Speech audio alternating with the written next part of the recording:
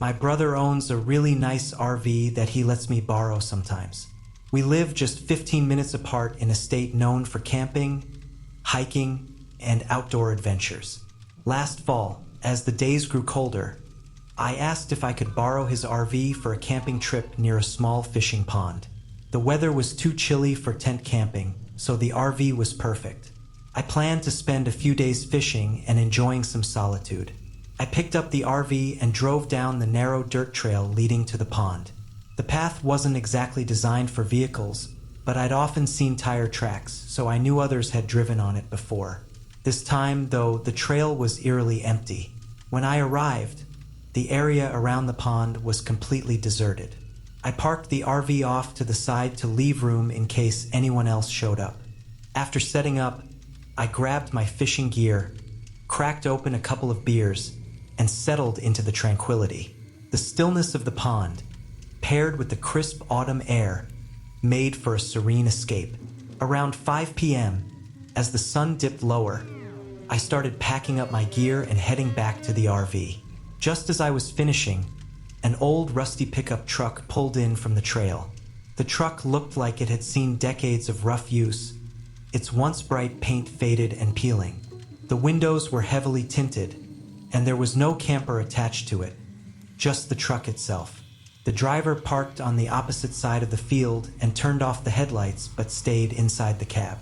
It felt odd not to greet someone when you were both in such an isolated place, but I decided to let it be. I carried my gear inside the RV, locking the door behind me. From time to time, I glanced out the window, hoping to see some movement, maybe an opportunity to say hello and ease the awkwardness. But the truck remained eerily still. By 8 p.m., I decided to go to bed, the silence outside making the situation feel stranger by the minute. Somewhere in the middle of the night, I woke up to the sound of a car door opening and closing. My heart raced as I peered out the window. The truck was still in its spot, and I didn't see anyone outside.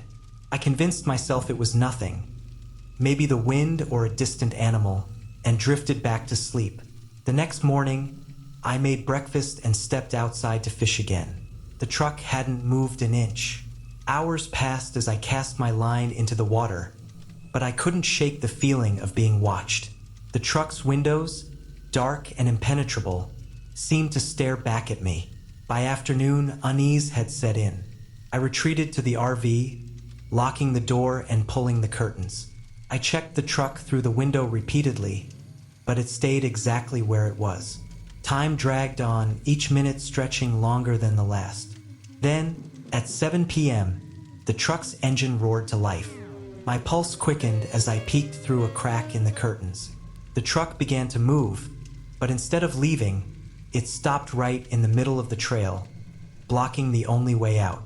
Seconds later, the driver's door flew open. A man jumped out, his movements frantic. He ran to the truck's bed, grabbed something I couldn't see, and then turned toward the RV. My chest tightened. I ducked away from the window and locked the RV door. Footsteps pounded against the ground, growing louder. Then came the rattling of the door handle, followed by violent shaking as the man tried to force it open. Panic took over. My mind felt clouded, unable to process the situation. I scrambled to the driver's seat, started the engine, and slammed my foot on the gas. The RV lurched forward. As I neared the truck blocking the trail, I slowed just enough to angle the RV's front bumper against it. The man was sprinting after me, yelling something I couldn't make out. I pressed the accelerator harder, pushing the truck sideways off the trail. The man tried to climb back into his truck, but it slid just far enough for me to squeeze past. I didn't look back until I was safely on the main road. Once I'd driven a good distance away, I pulled over and called the police. I reported everything, his truck, his actions, and the isolated location. By the time officers arrived at the pond, both the man and his truck were gone. To this day, I don't know what he intended to do. The simplest explanation is that he wanted to rob me, take the RV, and leave. But why did he sit there for so long, watching me? Why not act immediately? The more I think about it, the more I'm convinced his intentions were darker. I shudder to imagine what might have happened if I hadn't reacted quickly. I truly believe that if I hadn't escaped, I might never have been seen again.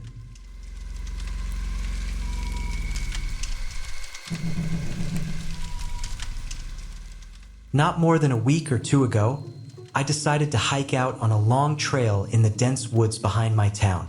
I live in a close-knit community of just under 1,000 people, so we're far removed from any major cities.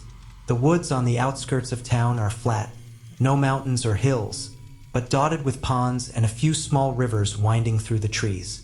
My destination was one of these rivers, a place I'd visited before but never had the chance to camp at, until this day. From past trips, I knew it would take me about 3 hours to walk there, heading almost perfectly north. As I navigated between the trees, the woods were eerily quiet, save for the occasional birdsong and the rustle of leaves from unseen animals. I didn't expect to run into anyone. This wasn't even an official trail. It was just open wilderness. About 45 minutes from the river, I encountered someone. He appeared suddenly, walking toward me through the trees. Neither of us seemed to notice the other until we were just a few feet apart, separated only by a few thin trunks. I froze, startled by the unusual and unexpected meeting. His expression mirrored mine, confused, maybe even uneasy. For a moment, I considered breaking the silence with a friendly hello, but before I could, his face shifted into a nervous smile. Without a word, he turned and walked off to the side. I hesitated, then decided to follow his lead and continued on my path. After a few steps, I glanced back. The man wasn't walking anymore. He was running. The sight of him retreating so quickly sent a wave of unease through me. It wasn't just the improbability of running into someone out here.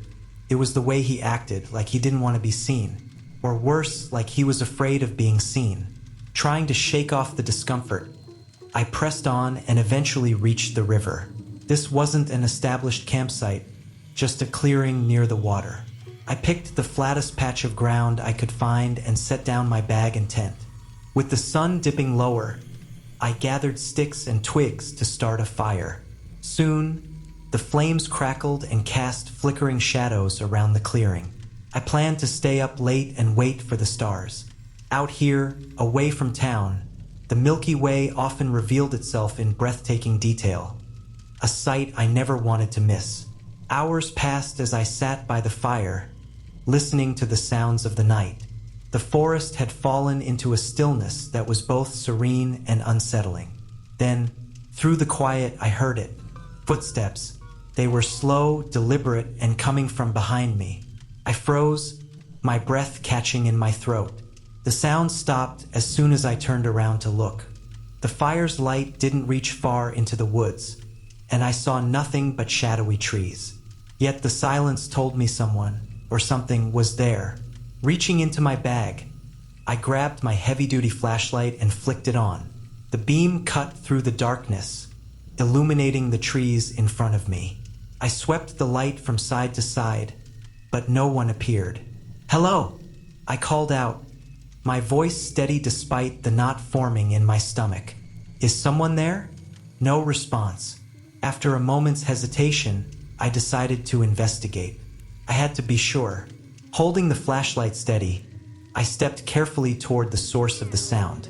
The forest seemed to close in around me, each step amplifying my sense of vulnerability. I scanned the trees methodically, moving the light from trunk to trunk. Then suddenly the beam fell on a figure.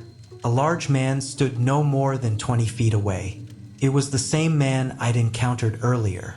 He didn't move. Even with the flashlight shining directly on him, he stood perfectly still, his face obscured by the shadows of the trees. In an act of quick thinking, I pretended not to notice him. I swept the flashlight past him as if I were simply scanning the woods. Then, forcing myself to appear calm, I turned and began walking back to my campsite. Every step felt like an eternity, but I made it back without hearing him follow. Once at the camp, I quickly grabbed my bag, leaving the tent and fire behind. Without looking back, I headed into the woods along the riverside, putting as much distance between myself and that man as I could. When I felt I was far enough away, I broke into a sprint, running until my legs burned and my breath came in ragged gasps. Finally, I found a spot to rest. There, surrounded by darkness and the unfamiliar sounds of the night, I stayed awake until sunrise. I didn't think I was followed, but I didn't dare go back to retrieve my tent. I couldn't face the possibility of running into him again, or finding out why he'd been there, hiding by my campsite. I still don't know what he was doing in those woods or why he had been watching me. All I know is that I'll never hike that trail again.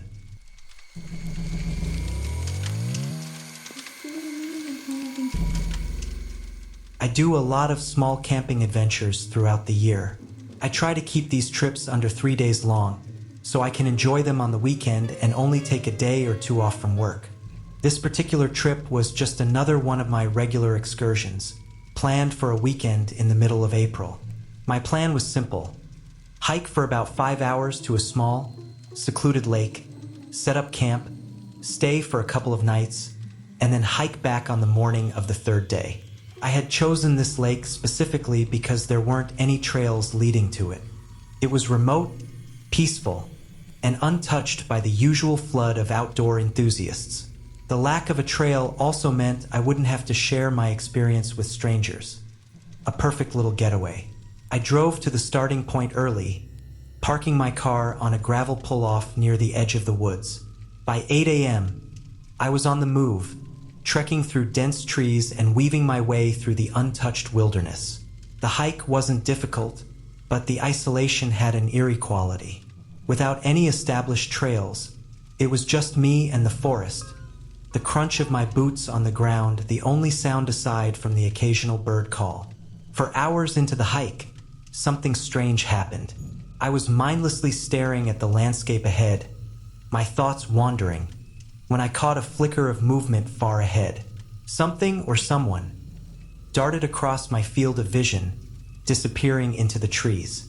I froze mid-step, scanning the area where I thought I saw it. My heart thumped as I stood there, but there was no further movement, no sound to suggest anyone or anything was there. I wasn't looking directly at it when it happened, so I couldn't be sure what I had seen. Was it an animal? Person? My mind playing tricks? I shook off the unease and decided to stay alert for the rest of the hike. When I finally reached the lake, my apprehension melted away for a moment. The sight was breathtaking. A pristine, glassy surface reflecting the trees and sky, surrounded by dense forest. Felt like I'd stepped into a postcard. I quickly found a flat spot among the trees near the edge of the lake and began setting up my campsite. As I was pitching my tent, I noticed movement across the lake. This time, there was no doubt. It was a person. They were walking slowly along the tree line on the other side, their figure small but unmistakable. What struck me as odd was that they had no gear, no backpack, no camping supplies, nothing to suggest they were there for the same reason I was. I watched them for a while, hoping to see where they'd set up camp, but they didn't seem to have one. After a few minutes, they disappeared into the forest. That nagging feeling of unease crept back in. I couldn't help but wonder if I had seen the same figure earlier during my hike.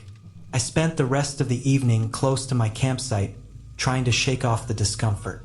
As night fell, I built a small fire to prepare dinner, keeping it low to avoid drawing attention.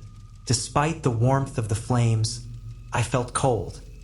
An inexplicable chill that had nothing to do with the weather. I ate quickly and pulled out a book to pass the time.